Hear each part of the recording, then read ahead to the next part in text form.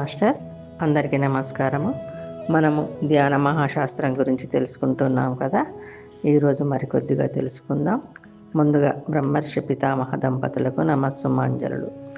ఇంతవరకు మనము క్రొత్త పాఠాలు నేర్చుకునేటప్పుడు తప్పటడుగులు తప్పవు వరకు తెలుసుకున్నాం. ఈరోజు సత్యవాక్ పరిశోధన.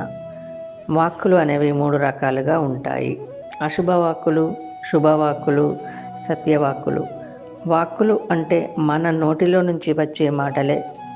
జీసస్ క్రైస్ట్ అన్నాడు, what goes into the mouth that does not defile a person, what comes out of the mouth that defile a person. ఎంత చక్కగా చెప్పారో.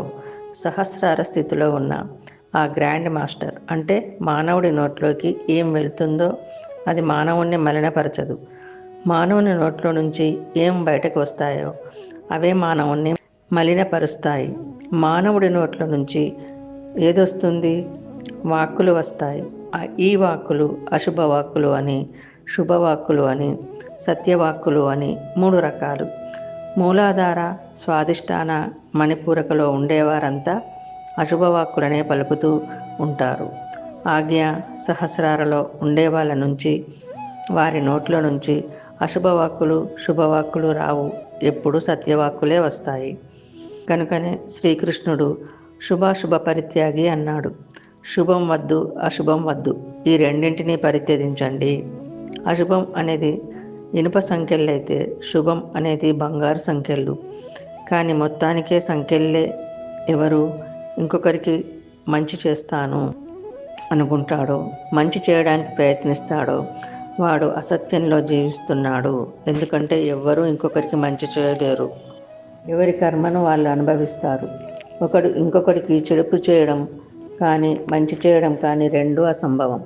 ఒక తరగతిలో టీచర్ బాగా చెప్తూ ఉన్నాడు అంటే స్టూడెంట్స్ ఎవరైతే బాగా వింటారో వారే బాగా నేర్చుకోగలరు.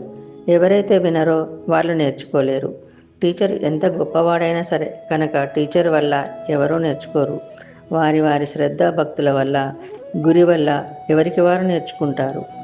ఎవరికి వారే అజాగ్రత్తతో కూడి ఉంటే మరి క్రిందికి జారిపోతూ ఉంటారు. ఎవరికి వారే బంధువు, ఎవరికి వారే శత్రువు. ఉద్ధరేదాత్మనాత్మానం ఆత్మానం అవసాదయేత్ అన్న శ్రీకృష్ణుడి సత్యవాకు పిరమిడ్ మాస్టర్లందరికీ ఆదర్శం. కనుక పిరమిడ్ మాస్టర్లందరూ కూడాను నోట్లో నుంచి మాటలు వచ్చినప్పుడు అశుభవాక్కులు వస్తున్నాయా, వద్దు వద్దు అని వాటిని తీసేసుకుంటారు. శుభవాక్కులు వస్తున్నాయా, అవి కూడా వద్దు వద్దు అని తీసేస్తుంటారు. కేవలం సత్యవాక్కులే పలుకుతారు. నేను నీకు గురువును, నేను నీకు మంచి చేస్తాను, నేను నిన్ను ఆశీర్వదిస్తాను అనే మాటలు వారి నుంచి రావు. ఎవరెవరో నన్ను ఆశీర్వాదం కోరుతూ ఉంటారు. ఆప్కే ఆశీర్వాద్ చాహియే అంటుంటారు. కానీ ఆశీర్వాదం ఇచ్చేవాడు ఎవడు ఇక్కడ లేడు. ఎందుకంటే మీరు సత్యవాక్ పరిసాధకులు. నేను ఆశీర్వాదం ఎలా ఇస్తాను? మీ కర్మలే మీకు ఆశీర్వాదం, మీ ఆలోచనలే మీ ఆశీర్వాదం, మీ యొక్క పరిశోధనే, మీ యొక్క పరిసాధనే మీ ఆశీర్వాదం. ఇదే సత్యవాక్ పరిశోధన.